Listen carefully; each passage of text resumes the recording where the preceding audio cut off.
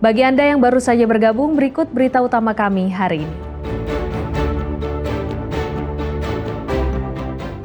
Dampak hujan lebat 5 kecamatan di Jombang terendam banjir.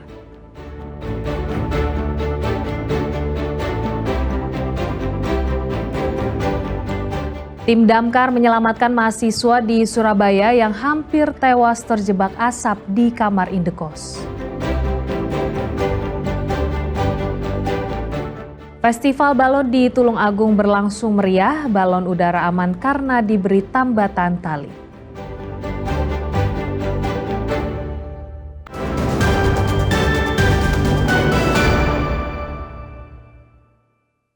Akibat diguyur hujan deras, warga di 13 desa di 5 kecamatan di Kabupaten Jombang terendam banjir. Titik banjir terparah Senin siang berada di Kecamatan Mojo Agung dengan ketinggian air mencapai 2 meter. Banjir terparah melanda Desa Kademangan, Kecamatan Mojo Agung, Kabupaten Jombang. Banjir setinggi 2 meter menggenangi ratusan rumah yang dihuni sekitar 255 keluarga. Meski permukiman terendam banjir, warga enggan mengungsi dan memilih bertahan di rumahnya untuk menjaga keamanan barang berharga. Di dalam rumah sekitaran kurang lebih 1 meter. Kalau di jalan? Kalau di jalan, ya 2 meter kurang lah. Penyebabnya apa? Tadi malam gimana? Ya hujan. Dari kapan? Dari jam kurang lebih sekitar 5 sore. Kemarin? Ya kemarin sampai malam ya pagi. Tadi ya masih hujan. Habis subuh ya masih hujan. Ini luapan dari sungai mana Pak Ino?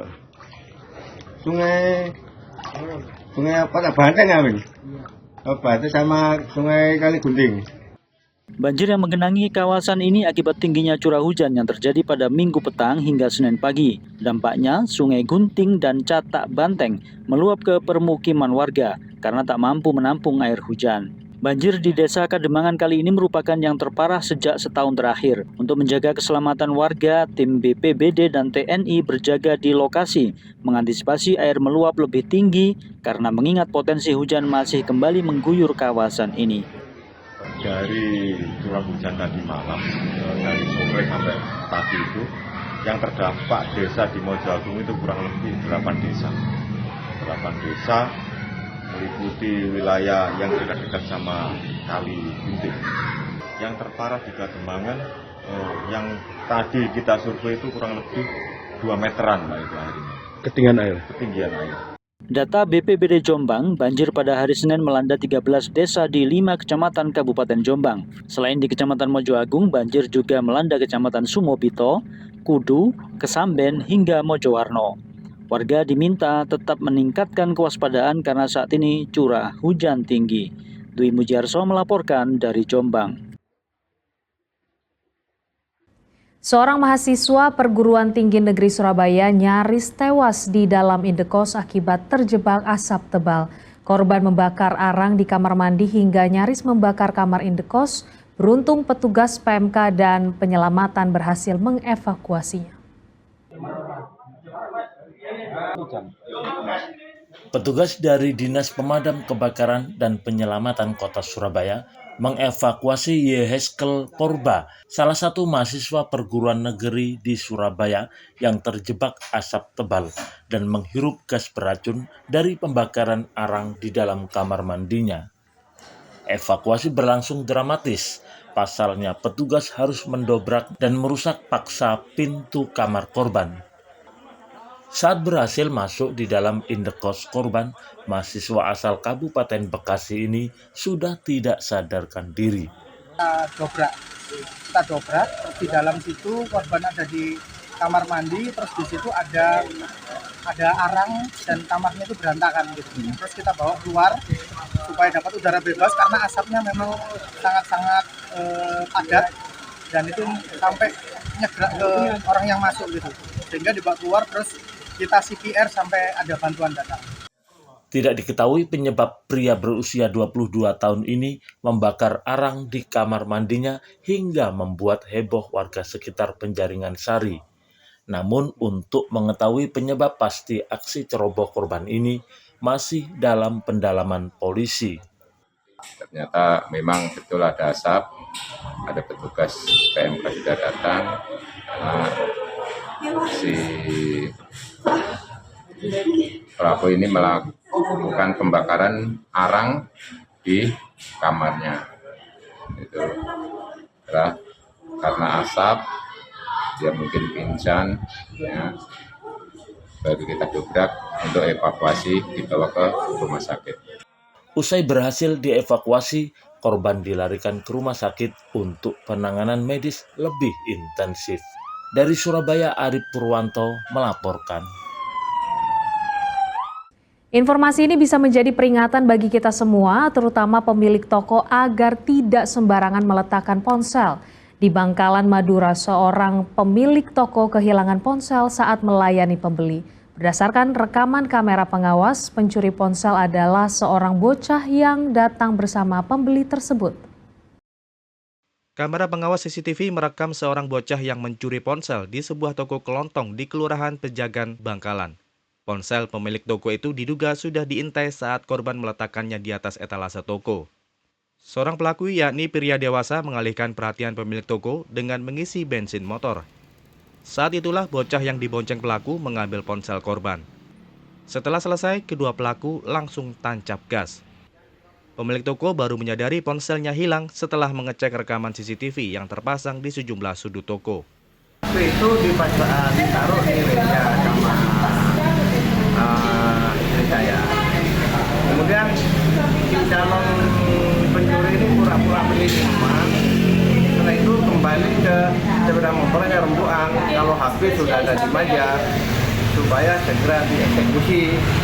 Nah, menurut saya begitu. Terus habis itu si bapak pura-pura beli bensin. Nah, setelah istri saya itu melayani beli bensin, si anak bersama adanya itu masuk ke toko lewat pintu samping, terus mengeksekusi pencurian sapi tersebut. Menurut korban, aksi pencurian ponsel oleh seorang bocah juga pernah terjadi di sejumlah toko kelontong lainnya di Bangkalan, dengan modus operasi yang sama. Ia berharap para pemilik toko lebih berhati-hati dan waspada meletakkan barang berharganya saat melayani pembeli. Nia Karunia melaporkan dari Bangkalan. Festival Balon Udara di Tulung Agung berlangsung meriah. Festival bertajuk Bayangkara Tulung Agung Balon Fest 2025 tersebut diramaikan puluhan balon udara berwarna-warni berukuran raksasa. Alhasil, festival ini juga memancing animo ribuan penonton. Seperti apa kemeriahan balon udara kali ini? Berikut liputannya.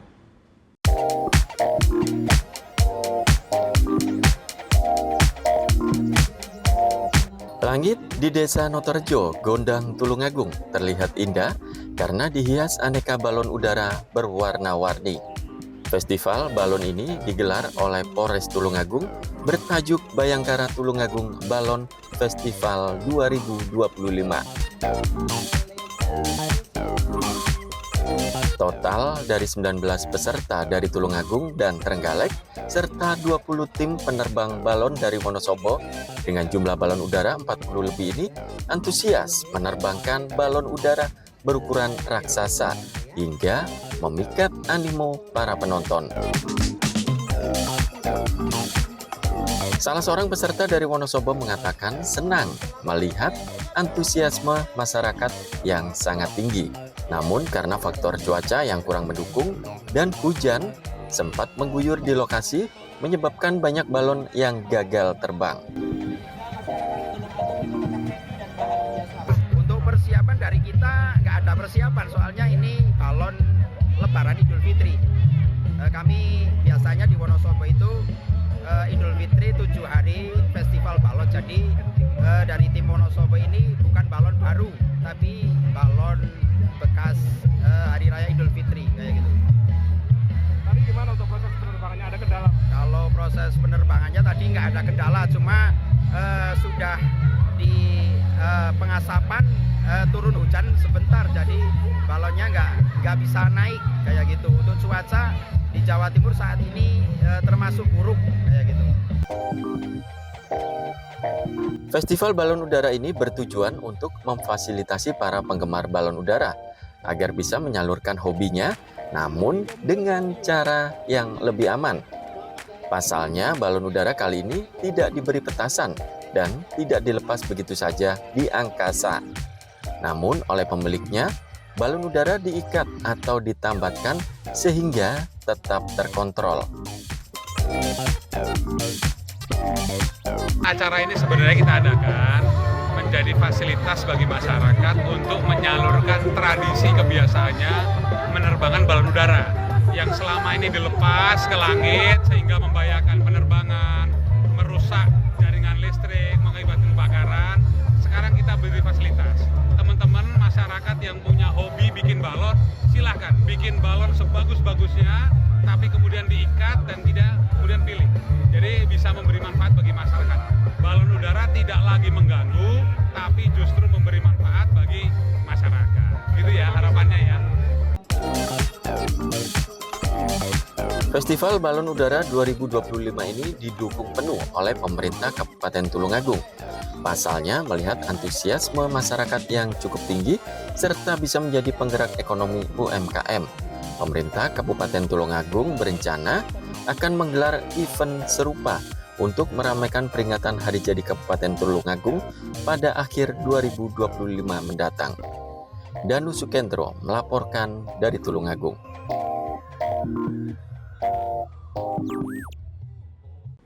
Ada wisata olahraga yang lagi ramai menjadi tujuan terutama warga di pinggiran kota Gresik. Di sini Anda bisa melakukan aktivitas olahraga seperti jogging ringan, jalan sehat, atau senam bersama keluarga atau sahabat. Usai berolahraga, pengunjung juga bisa membeli makanan di sentra kuliner kaki lima yang tentunya harganya ramah di kantong. Lokasi wisata olahraga ringan bagi keluarga ini berada di tengah perumahan Patra Raya, Kecamatan Cerme, Kabupaten Gresik. Kawasan ini sering menjadi tempat kumpul semua kalangan, mulai anak-anak, remaja, hingga dewasa.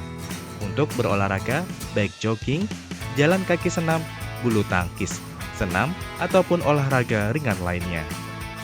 Lokasi ini banyak dipilih untuk aktivitas olahraga karena hawanya yang asri, tempatnya luas, dan yang terpenting tidak banyak lalu lalang kendaraan bermotor.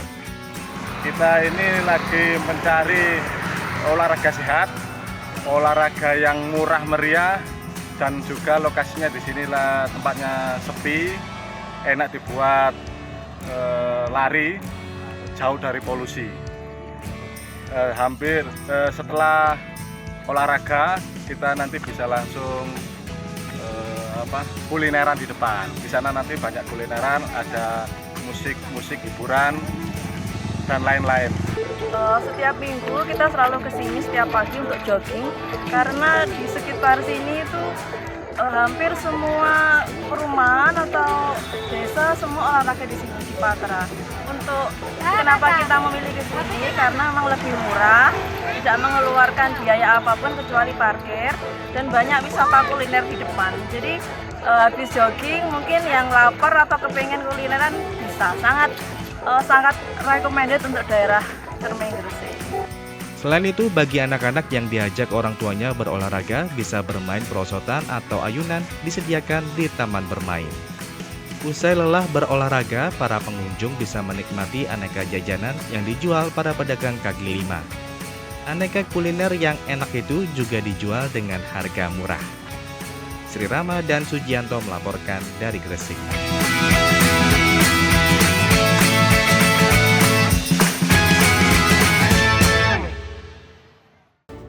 Ya, informasi tadi mengakhiri jumpa kita di Berita Jawa Timur. Jangan lupa pastikan Anda subscribe channel YouTube Liputan 6 SCTV Daerah. Atas nama rekan yang bertugas, saya Priscilia Claudia mengucapkan terima kasih atas perhatian Anda. Selamat beraktivitas dan sampai jumpa.